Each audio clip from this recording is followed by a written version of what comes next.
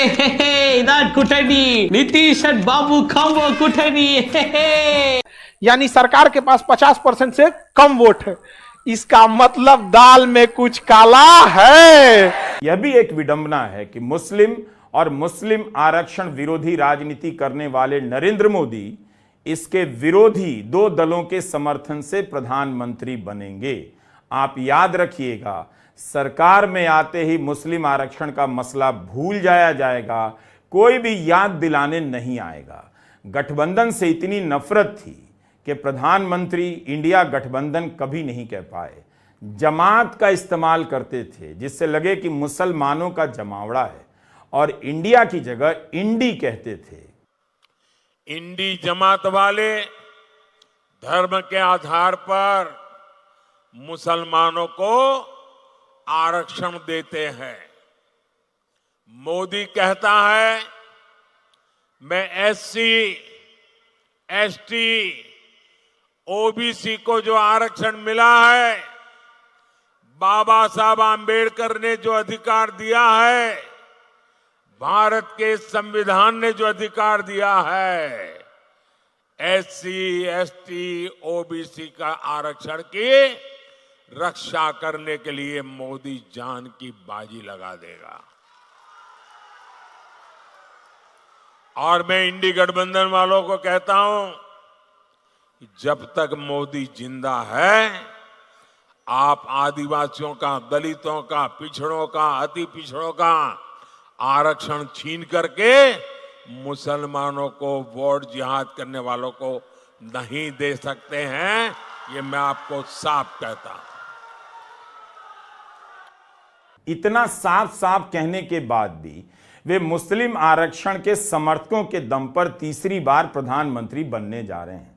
अब उन्हें समझ आएगा कि विपक्ष पर हंसते हंसते वे खुद किस स्थिति में आ गए। केंद्र की एनडीए गवर्नमेंट की सत्ता की चाबी टीडीपी यानी चंद्रबाबू नायडू के हाथ में है, जो आंध्र प्रदेश के सीएम बनने जा रहे हैं। उन्होंने जोरदार तरीके से नरेंद्र मोदी की अगुवाई वाली एनडीए सरकार का समर्थन किया, लेकिन ट्विस्ट यहीं से शुरू होता है, क्योंकि चंद्रबाबू नायडू मुस्लिम आरक्षण के समर्थन में, जबकि पीएम नरेंद्र मोदी खुलासा कह चुके हैं कि उनके रहते धर्म के आधार पर मुसलमानों को आरक्षण नहीं दिया जा सकता। ऐसे में सवाल यही है कि गठबंधन का क्या होगा, एनडीए किस रास्ते पर जाएगा, आखिर वो कौन सा रास्ता होगा जो टीडीपी और बीजेपी इख्तियार करेगी, ताकि आने वाले वक्त में कोई टकराव न हो, क्योंकि केंद्र के साथ ही राज्य की सत्ता में भी दोनों सहयोगी हैं, लेकिन हालात अलग हैं। राज्य में टीडीपी भारी अक्सरियत से इक्तिदा में आई, जबकि केंद्र की हुकूमत में बीजेपी के पास बहुमत का आंकड़ा नहीं है।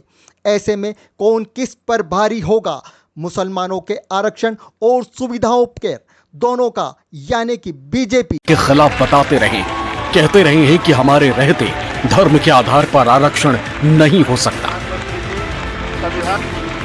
क्या वो अब भी इस पर कायम है? क्योंकि जिस टीडीपी के सहयोग से केंद्र में उनकी सरकार बन रही है, वो मुस्लिम आरक्षण की हिमायती है। पार्टी ने साफ कहा है कि आंध्र प्रदेश में किसी भी कीमत पर मुस्लिमों को 4% आरक्षण जारी रहेगा। స్పష్టంగా మన ఉద్యోగాలు 4%, yes they are deserving, will protect, there is no second thought. ఎందుకు ఈ రోజు ముస్లిమ్స్ లో కూడా పేదరికం ఎక్కువ ఉంది, ఆర్థికంగా, సామాజికంగా, రాజకీయంగా వెనకబడి ఉన్నారు. వాళ్ళకి చేయూత ఇవ్వడం మన బాధ్యత, అది ఇస్తాం. மோடிஜி தான் உங்களுக்கு அப்பா அம்மா எல்லாமே.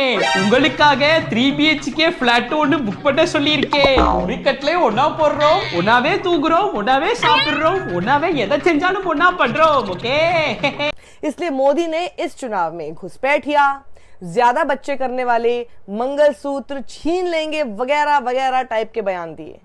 क्या आपने अपनी चुनावी रैलियों में मोदी जी ये भ्रम फैलाने की कोशिश नहीं की कि विपक्ष, खास तौर पर कांग्रेस, आपकी संपत्ति इकट्ठा करके, मतलब लोगों की संपत्ति इकट्ठा करके जिनके ज्यादा बच्चे हैं उनको बांटेंगे, घुसपैठियों को बांटेंगे? बताइए, क्या नहीं कहा था आपने ऐसा मोदी जी?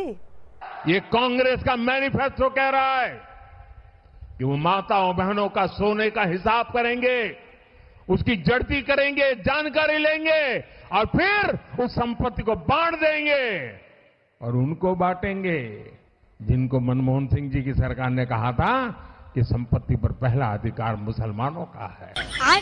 रुको जरा, सब्र करो। हम राम जी को नहीं, राम हमको लाए हैं। हम राम जी को नहीं, राम हमको लाए हैं। ये सत्ता के लालची, ओ ये सत्ता के लालची सब झूठ फैलाए हैं। ये सत्ता के लालची सब झूठ फैलाए हैं।